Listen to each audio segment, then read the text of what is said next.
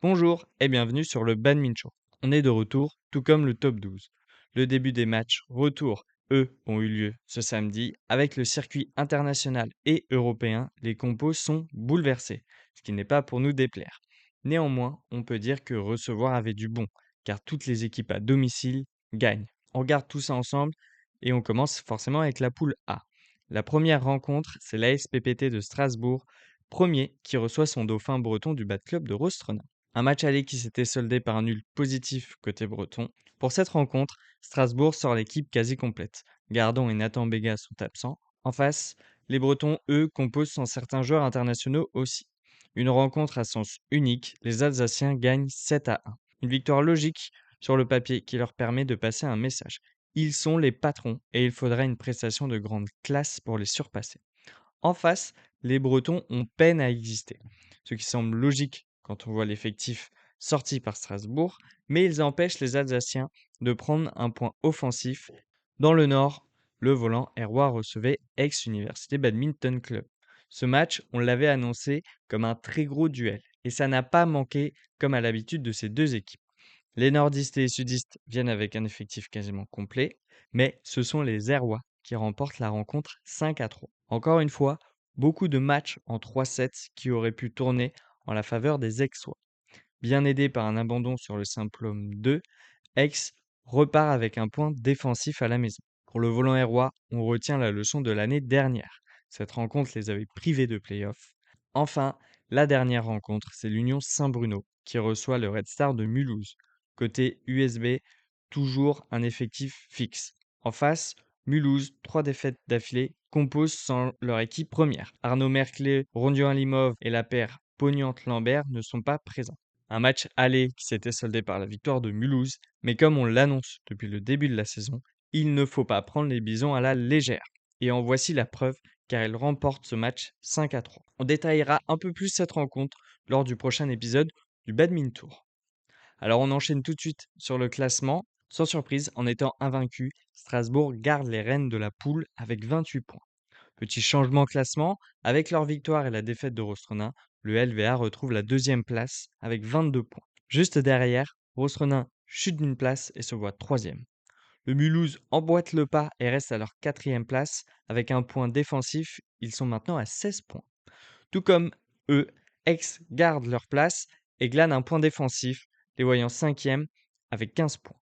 Mais maintenant, avec leur victoire face à Mulhouse, eh bien Bordeaux, qui reste dernier, réduit largement l'écart avec la quatrième et la cinquième place. Seulement 4 petits points d'écart. Encore une fois, rien de bien défini pour la course au play-off, même si Strasbourg est en bonne voie pour se qualifier, mais pareil pour la dernière place avec le retour de Bordeaux. On passe maintenant à la poule B. Cette poule à 3 vitesses voit un duel pour la deuxième place de plus en plus intéressant.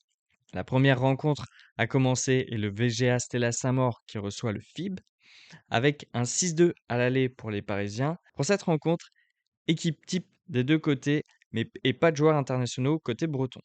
Comme à l'aller, c'est bien le VGA qui remporte ce match 6-2. Les Bretons montrent du caractère en prenant 2 matchs, ce qui ne sera pas sans incident pour le VGA, ce que l'on verra malgré leur victoire. On peut noter une vraie évolution côté breton qui avait reçu à l'aller les Parisiens avec des joueurs internationaux et aujourd'hui sans, le score est le même. En parallèle, Chambly reçoit le RCF. Chambly est en retard d'une victoire sur son concurrent et compose sans ses internationaux majeurs Michel Lee, la paire Rossi-Adam et Delru sont absents. Mais pas de souci, avec leur effectif large, très très large, eh bien on aligne d'autres très bons joueurs internationaux. Côté parisien, après avoir retrouvé le chemin de la victoire, on sait que la rencontre va être compliquée. Une équipe non complète et Chambly sait recevoir et gagne 8-0. Un score sévère pour les Parisiens avec quelques matchs en 3-7, mais pas d'abandon. Chambly assure à domicile et prend un point offensif. Ils montrent clairement leur envie de retourner en playoff et d'aller chercher le titre. La dernière rencontre, c'est Fos-sur-Mer, le patron qui reçoit Caen, Lanterne Rouge. Un match à sens unique à l'aller avec un 8-0. Côté phocéen, une équipe tournante. On fait monter des joueurs face à Caen et son équipe fixe. Pour Fos, c'est une victoire maîtrisée, 7-1. À noter que Caen met une petite épine dans le pied de Fos et les prive du point offensif sur le simple dame 2. Un score lourd qui montre la différence de niveau entre les deux équipes. Côté classement, eh bien rien ne bouge, mais certaines subtilités apparaissent. Fos, invaincu, est logiquement premier avec 31 points. Ils sont toujours suivis par le VGA deuxième avec 27 points. La troisième place est fidèle à Chambly, mais la subtilité est là. Avec 5 points bonus sur les 6 rencontres, il recolle au VGA avec 27 points. Le FIB, eux, sont quatrième avec 14 points, suivi par le RCF cinquième avec 12 points. Et toujours à la dernière place avec 4 petits points, eh bien, ce sont les conquérants de Caen qui, à moins de 2 victoires très rapidement, verra son cas s'aggraver. Voici pour le résumé de cette J6. La saison avance et sa fin arrivera plus vite que ce que l'on ne pense. On se retrouve très vite pour la prochaine journée de top 12 qui aura lieu fin février et on se dit à bientôt sur le Ben Min Show.